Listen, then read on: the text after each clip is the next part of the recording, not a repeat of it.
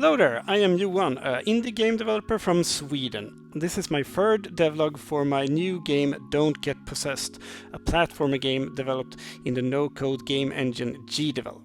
If you want to know more about Gdevelop, you should really check out their homepage, and you should seriously check out the YouTube channel Helper Wesleys. He creates lots of great tutorials for this game engine, and he also has really cool devlogs where you can see how to make games in Gdevelop. Okay, in this devlog I want to talk about scope creep, working on art, and using and combining your strengths.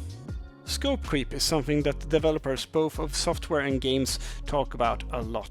If you don't know what scope creep is, it's when you start to add too many features to your game or to your software. You start very simple and you have a simple idea that you think that you can create, and then you get another idea and then another idea and then another idea, and then it's feature overload.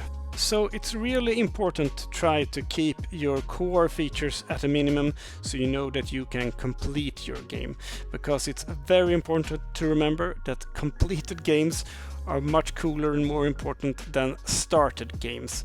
And believe me, I have started many games projects. So I made a promise to myself that I'm not gonna get caught up by scope creep in Don't Get Possessed.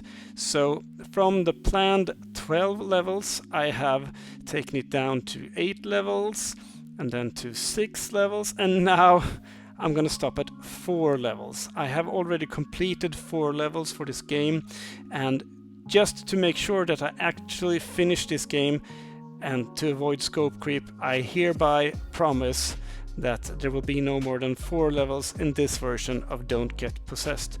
Because, to be honest, this is just my first game, and this game doesn't need to be super polished, it just needs to be done and completed. So I have something to look back at and be proud of and put in my coding and game development portfolio.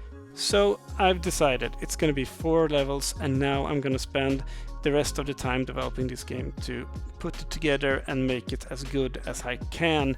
In about a month or so I'm trying to put this together so I can get it done and then get moving on my next game project. And scope creep is nothing to be ashamed of. It happens to almost everyone trying to develop software or games, especially for us indies, but I've heard from my friends that work in the coding industry that it's very, very common. So be very aware of that. It's a very common problem, and if you are an indie game dev like me, you are probably been affected by scope creep right now. So watch out and don't let your game grow too big so you won't complete it, because remember, completion is much more important than starting. So with this in mind, I've been working on the art on my game lately. I've been trying to connect the dots between the levels using comics, because I have not a comic background, because I have not worked in the comics industry, but I've always loved comics and I've always drawn a lot of comics, and that's one of the things that I've been doing here on YouTube the past 7 years or so. I've been drawing, and I'm making drawing tutorials and drawing comics. So I want to use this skill to create a context for my game, because it's really important to try to create a world for your game, I think, because that will draw the player in. And these comics are really helping me to understand the characters, even though they are simple and it's not very advanced. It's a platformer game about a ghost hunter, but these comics are helping me to create a world and really make context.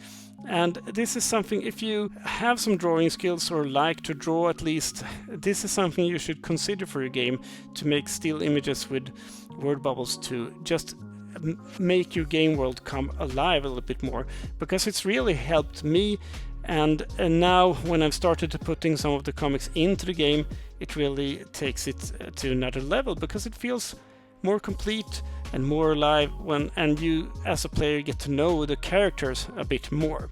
So I've been working on this game over comic, because right now you are just greeted with a simple game over screen when you lose the game, but I want also the the game over to be sort of a story, and because this is a game about demonic possession, when you lose the game you get possessed. And kudos to you who get the movie reference in this comic. If you can see the lines that Eric is saying in the final panel of this comic, and if you get the movie reference, comment below. And this gets me to the third point of this devlog, and that is to try to combine your strengths. And that is what I've been trying to do. I've been trying to combine my passion for drawing and my passion for creating simple music and my passion for creating stories in this game development journey. So that is something that really got me into creating games, because I've always played games, but the feeling of combining your interests and passions is something that really motivates me, at least, and I think it could be a really good motivation for you. And maybe you're not that interested in drawing, or maybe you're not that interested in creating music, but maybe you are interested in storytelling and being logical and systematic. Whatever your interests are, try to combine them into strengths when creating your game. Okay, I think that will be enough for this devlog. Thank you for watching, and if you have any questions, you can always post them in the comment section below this video. And now, take care, and I'll see you soon in another devlog. Bye.